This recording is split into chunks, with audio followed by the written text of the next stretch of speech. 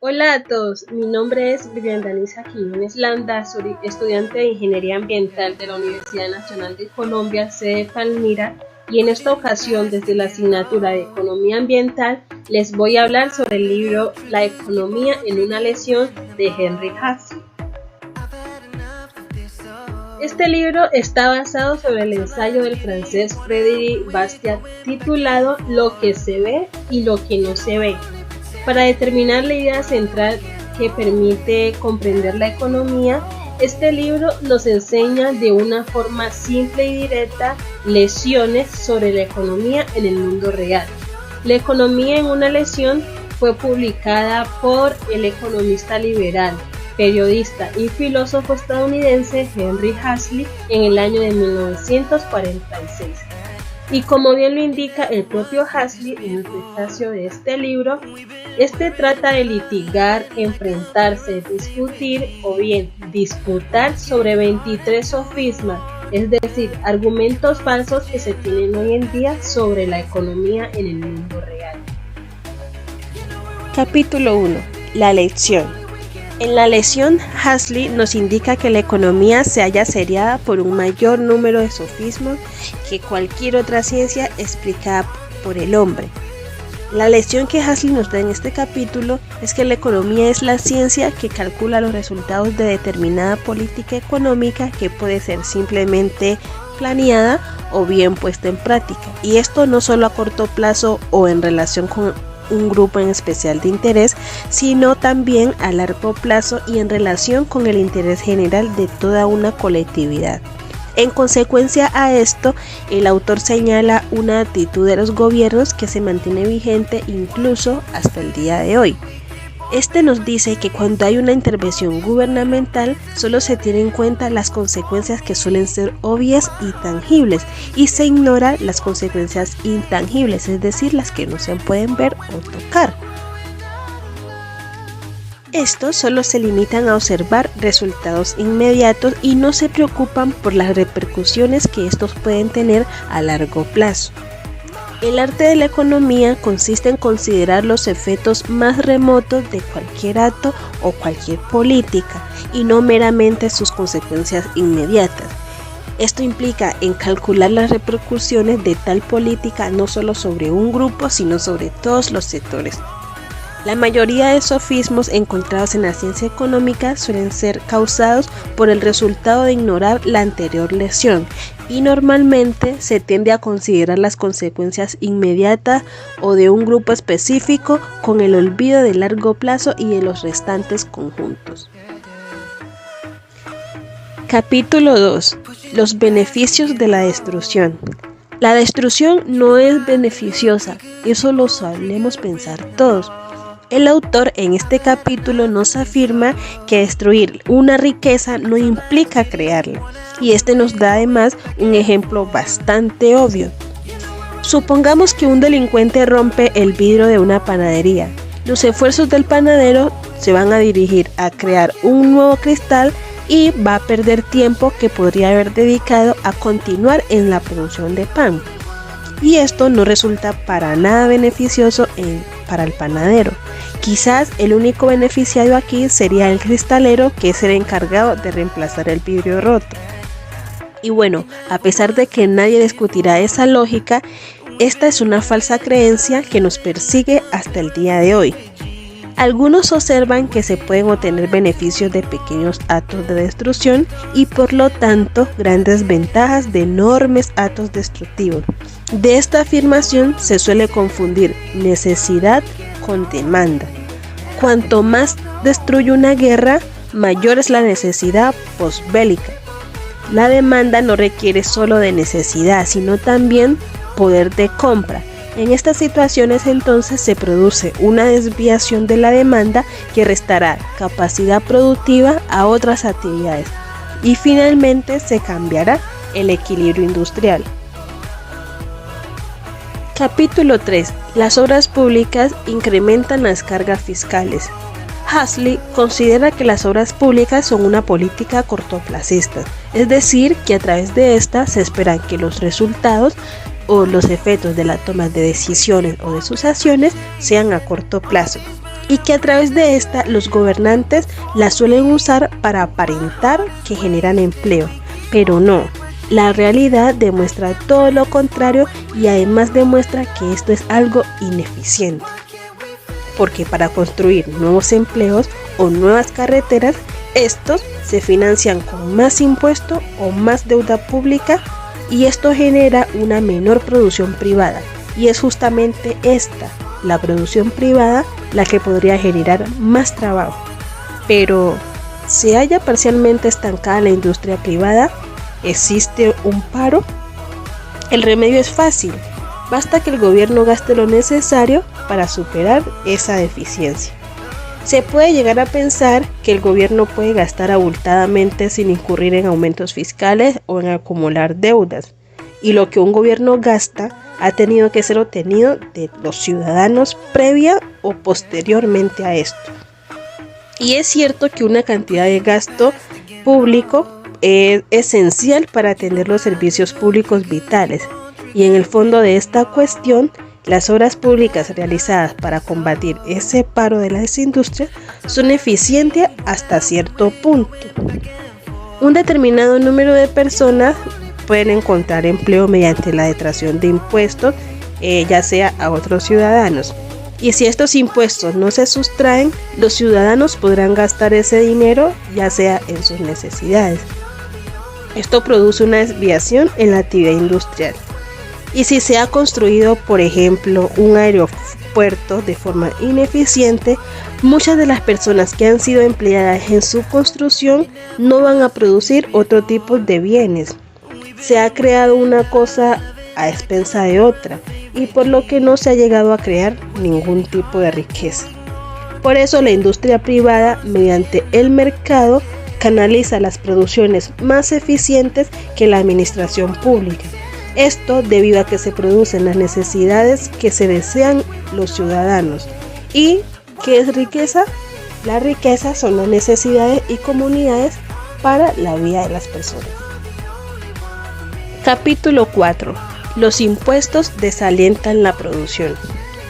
Si hablamos de una moderada carga fiscal, esta es imprescindible para las funciones del gobierno. E incluso unos impuestos de forma razonable no interferirán radicalmente en la producción. Pero cuando una empresa puede llegar a tener pérdidas ilimitadas y en situaciones negativas, y por en contra, en una situación positiva, sus beneficios van a ser altamente gravados y ésta no puede compensar sus años de pérdidas con los años de ganancia. Entonces esto hará que la predisposición del capitalista a intervenir se reduzca. Por lo tanto, se va a limitar la creación de puestos de trabajo, también se va a limitar la mejora de la maquinaria y lo que provocará a los consumidores disfrutar de mejores y más baratos bienes, disminuyendo los salarios reales. Capítulo 5. El crédito estatal perturba la producción. En este libro nos damos cuenta que las críticas de Huxley también van dirigidas hacia los créditos abaratados artificialmente. Hay que diferenciar entre un crédito privado y un crédito estatal. El prestamista privado arriesga sus propios fondos y cuando las personas exponen su capital suelen tener más precaución. Y el Estado, por lo contrario, normalmente presta dinero a quienes no consiguen un préstamo privado, por lo que los prestamistas públicos asumen más riesgos que los privados usando el capital de todos los ciudadanos. En cuanto a las prácticas de crédito estatal, estas provocan que el capital acceda a los prestatarios menos eficientes. Se pretende con frecuencia que el Estado debe asumir los riesgos que son demasiado grandes para la iniciativa privada. Bueno, esto significa que debe permitirse al Estado que imponga al dinero de los contribuyentes riesgos que nadie está dispuesto a afrontar con el dinero propio. Y esto es una realidad que dilapidan el capital disponible en planes ruinosos o cuando menos dudosos, dejando que lo manipulen personas menos competentes o menos dignas de confianza que las que de a otra suerte lo hubieran obtenido. Capítulo 6. El odio a la máquina. Cada vez que se produce un prolongado desempleo en masa, las máquinas vuelven a ser el blanco de todas las iras. Y esto lo corroboran las estadísticas y las historias. Pero los hechos pueden ser explicados de manera deductiva. En el día a día, todo el mundo intenta realizar su trabajo de la manera más eficiente, pero cuando las máquinas y los perfeccionamientos técnicos se introducen, se puede percibir una pequeña caída en la ocupación en el sector. Y esto a su vez, alguien ha tenido que producir esa maquinaria, provocando una oferta de empleo en otro sector. El resultado final de la introducción de la maquinaria, esto a la larga provoca un aumento global de empleo. El empresario o trabajador que ha realizado la incorporación ha trabajado más eficientemente, por lo que su beneficio extraordinario puede ser invertido de nuevo. Lo que hacen las máquinas no es reemplazar a las personas, lo que éstas hacen es incrementar la producción y elevar el nivel de vida mediante el abaratamiento de los bienes al consumidor, o también aumentando los salarios al incrementarse la productividad. Estas máquinas incrementan los salarios, o al reducir los precios aumentan el volumen de bienes asequibles a un mismo salario. Capítulo 7. Planes para la más amplia distribución del trabajo. El disminuir la jornada laboral no va a crear puestos de trabajo. Si todos trabajamos la mitad del tiempo, se va a necesitar el doble de mano de obra para poder producir lo mismo. Y el problema es que toda reducción de la jornada de trabajo va a estar asociada con menores salarios y con más desempleo. El sofisma en este caso radica en el error de que una forma más eficiente de hacer algo va a eliminar empleos. Y existe la creencia de que la cantidad de trabajo está limitada. Por lo tanto, las personas abogan por repartir el empleo entre el mayor número de gente posible. Y los sindicatos suelen prohibir que trabajadores de un sector se inmiscuyan en el trabajo de otro sector. Además, algunos individuos pueden verse beneficiados por esta práctica sindical, pero su aplicación va a elevar los costes de producción y a reducir la demanda de trabajo y bienes producidos. Esto simboliza el resultado del esfuerzo encaminado a crear más trabajo mediante su arbitraria subdivisión.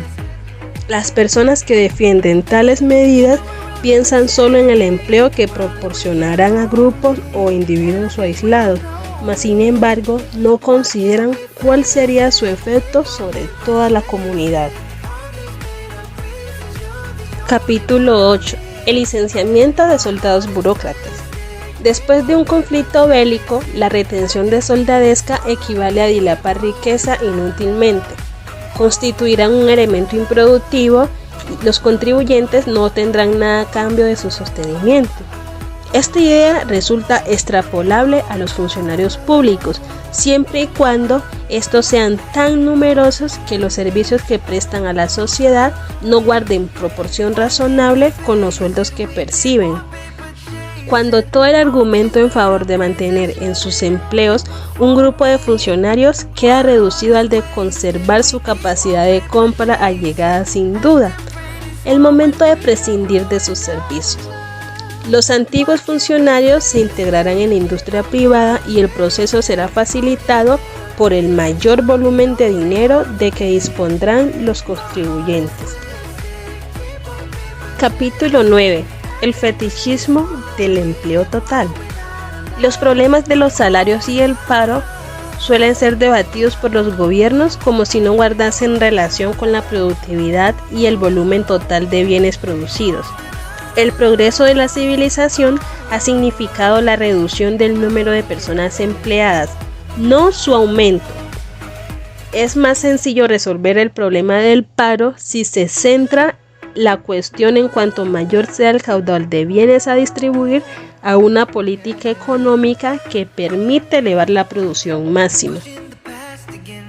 El objetivo económico de las naciones, como el de los individuos, es lograr el máximo rendimiento con el mínimo esfuerzo. Todo el progreso económico de la humanidad ha consistido en obtener mayor producción con el mismo trabajo. Capítulo 10. ¿A quién protegen los aranceles? En este capítulo observamos que Adam Smith defiende el libre cambio. Este dice que en todos los países el interés de la inmensa mayoría de la población es y debe ser siempre comprar lo que se necesita a quien lo vende más barato. El trabajo de una nación debe basarse sobre la actividad en la que posee alguna ventaja y con una parte de lo producido, es decir, con el precio que se logra obtener, esta puede comprar cualquier cosa que se necesite. En algunos casos, los aranceles dificultan el comercio y perjudican tanto a productor como consumidor.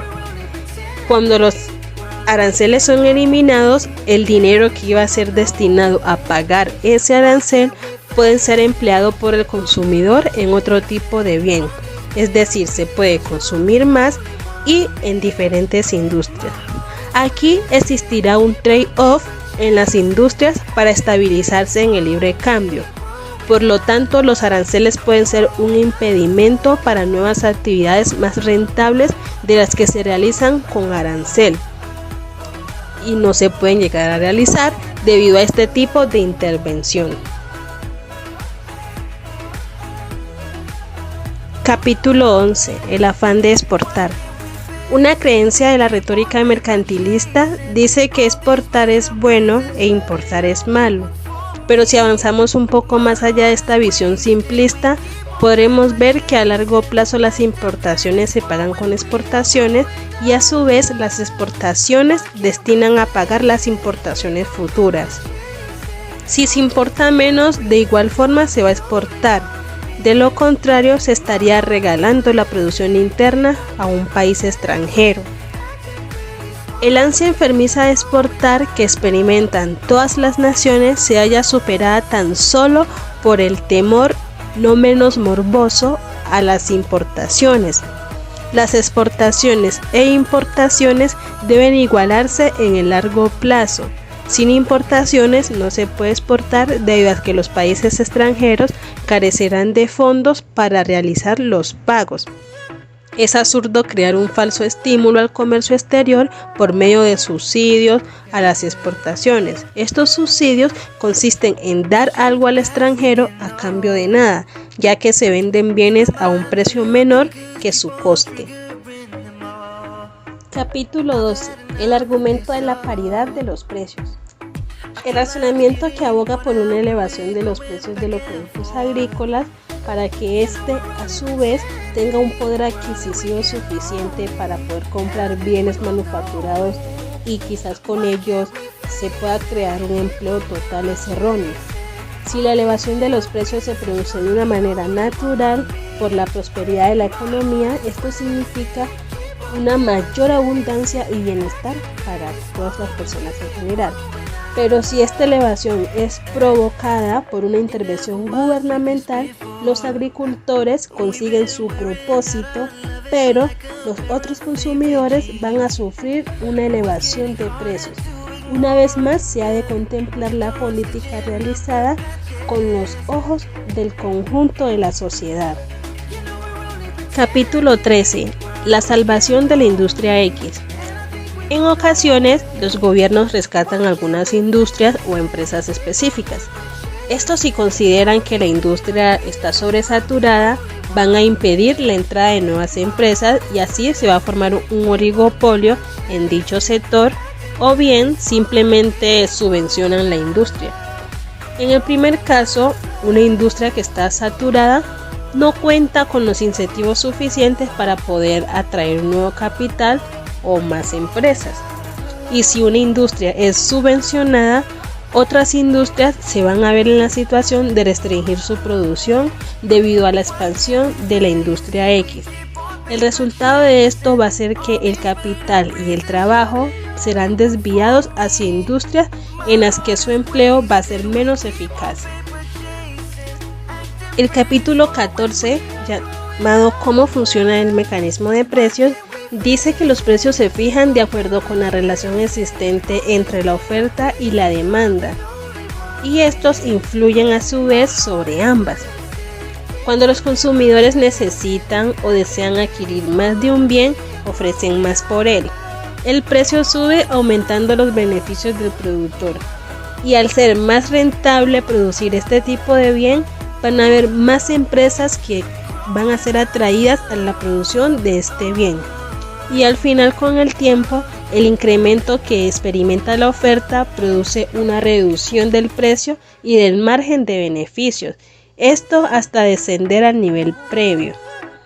Y todo esto se produce a condición de que nos privemos de alguna otra cosa. Existe entre el precio de un bien y su coste marginal de producción una constante tendencia a igualarse, pero esto no significa que el coste marginal determine directamente el precio, sino la oferta y la demanda. Capítulo 15. La estabilización de los precios. Una de las mayores políticas que fracasan antes de comenzar es cuando se intenta mantener el precio de un producto por encima del precio de mercado. El pretexto a este tipo de intervención estabilizadora es que los productos no pueden aguantar unos precios tan bajos, por lo que el sustento del productor no está asegurado. Y el método más común es la subvención estatal. Pero este tipo de políticas lleva implícita una restricción de la producción y los consumidores, por lo tanto, se verán obligados a pagar un precio mayor. La capacidad adquisitiva que se le otorga al productor se le detrae al consumidor. Capítulo 16. Intervención estatal de los precios. En épocas de guerra, los gobiernos intentan mantener algunos precios de bienes por debajo del precio del mercado. Cuando se fijan unos precios máximos, normalmente en productos básicos, la producción se contrae produciendo escasez y a su vez puede llegar a provocar cartillas de racionamiento. Toda intervención de los precios desorganiza y desalienta la ocupación y la producción. Capítulo 17. Leyes del salario mínimo. Aquí se sustituye el salario bajo por el paro. Cuando se interviene con la fijación de un salario mínimo, se priva a los trabajadores del derecho a ganar lo que su capacidad y el empleo le permitirían, y mientras se le impide a la sociedad de beneficiarse del trabajo que ese trabajador es capaz de realizar. La mejor forma de elevar los salarios es aumentar la productividad del trabajo. Continuemos con el capítulo 18. ¿Incrementan los sindicatos los salarios? Bueno, el poder de los sindicatos para elevar los salarios no es tan elevado como se suele pensar, ya que los salarios dependen de la productividad. El subsidio del paro es pagado principalmente con los salarios de la gente que trabaja, lo que va a hacer que se reduzca sus salarios. El paro puede llegar a desincentivar la búsqueda de empleo y normalmente las acciones sindicales son más agresivas cuando existe una ley de subsidio por desempleo. Un aumento de los salarios repercute en parte en los beneficios del empresario, por lo que éste subirá el precio de sus productos, repercutiendo este coste a los consumidores. Capítulo 19. Suficiente para adquirir el producto creado. El concepto de salarios funcionales fue creado por marxistas, con la idea de ajustar los salarios al poder adquisitivo. Pero cualquier intento de manipular los precios contribuye a disminuir el empleo y la producción. Los mejores salarios no son los más elevados, sino los que permiten una amplia producción, empleo total y el sostenimiento de las mayores nóminas. Capítulo 20. La función de los beneficios. La indignación que muchas personas suelen mostrar hoy en día ante la sola mención de la palabra beneficios indica la escasa comprensión que generalmente existe de la vital función que desempeñan en nuestra economía nacional. No es de justicia que los beneficios puedan ser limitados por una intervención, en tanto que el riesgo de pérdida de todo el capital se mantiene. Este tipo de intervenciones influyen sobre los índices generales de producción y de actividad empresarial, provocando escasez de bienes y desempleos.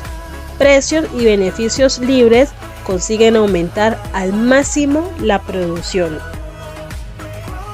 Capítulo 21. El hechizo de la inflación. Para analizar esta situación de manera debida, no se debe confundir dinero con riqueza. Muchas personas partidarias de la inflación plantean que si el Estado pudiera emitir más billetes y los distribuyera a la población, la riqueza de todos podría aumentar. Los inflacionistas mejor preparados no dejan de reconocer que cualquier incremento sustancial en el volumen de dinero en circulación llevaría consigo una reducción del poder adquisitivo de la unidad monetaria. Es decir, que, en otras palabras, esto conduciría a un aumento en el precio de las mercancías. La principal argumentación a favor de la inflación es que pondrá en movimiento la industria. Pero mediante tal acción es imposible crear poder adquisitivo, ya que lo único que tiene verdadera capacidad de compra para adquirir bienes es el ofrecimiento de nuevos bienes a cambio de aquellas. Capítulo 22. La ofensiva contra el ahorro. Es un error pensar que las causas de las depresiones han sido provocadas por un mayor nivel de ahorro, sino más bien se han originado una resistencia de manera temporal al gasto debido a cualquier situación de incertidumbre, por así decirlo. El ahorro se debe usar para invertir en industrias, en maquinarias, etc. Y este tipo de ahorro es el que provoca una mejora sustancial para la economía. No sirve de nada gastar toda nuestra renta en un gasto improductivo sin aportar nada al crecimiento del país. Es una combinación de ambos, sería lo idóneo. Capítulo 23. La lección expuesta con mayor claridad. Examinar los problemas en su integridad y no de manera fragmentada es la meta de la ciencia económica.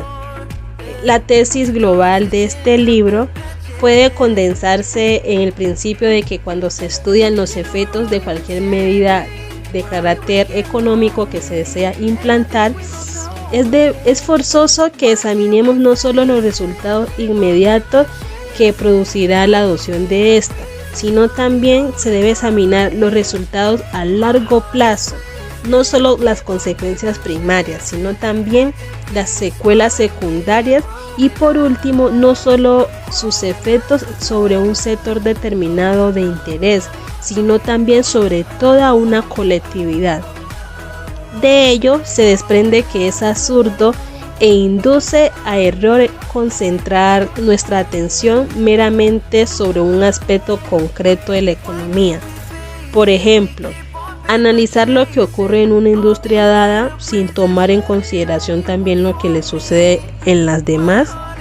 Ahora bien, las principales falacias de la ciencia económica precisamente se encuentra su origen en el pertinaz y perezoso hábito de fijar la atención solo en una determinada industria o en un proceso económico aislado. Y tales sofismas no solo saturan los falsos razonamientos de los sobornados portavoces de los intereses particulares, sino que se descubren en la dialéctica de algunos economistas que pasan por profundos. Bueno, y esto ha sido el resumen de lo que trata el libro La economía en una lección de Henry Hazlitt. Pudimos darnos cuenta que este libro nos enseña de manera simple, directa y clara unas lecciones que se pueden poner en práctica sobre la economía en nuestro mundo real. Henry toma una idea principal, una lección principal, y la aplica sobre las demás creencias o falacias que las personas tienen, generando una serie de mini lecciones que nos pueden guiar hacia la prosperidad si como personas se pueden poner estas en prácticas.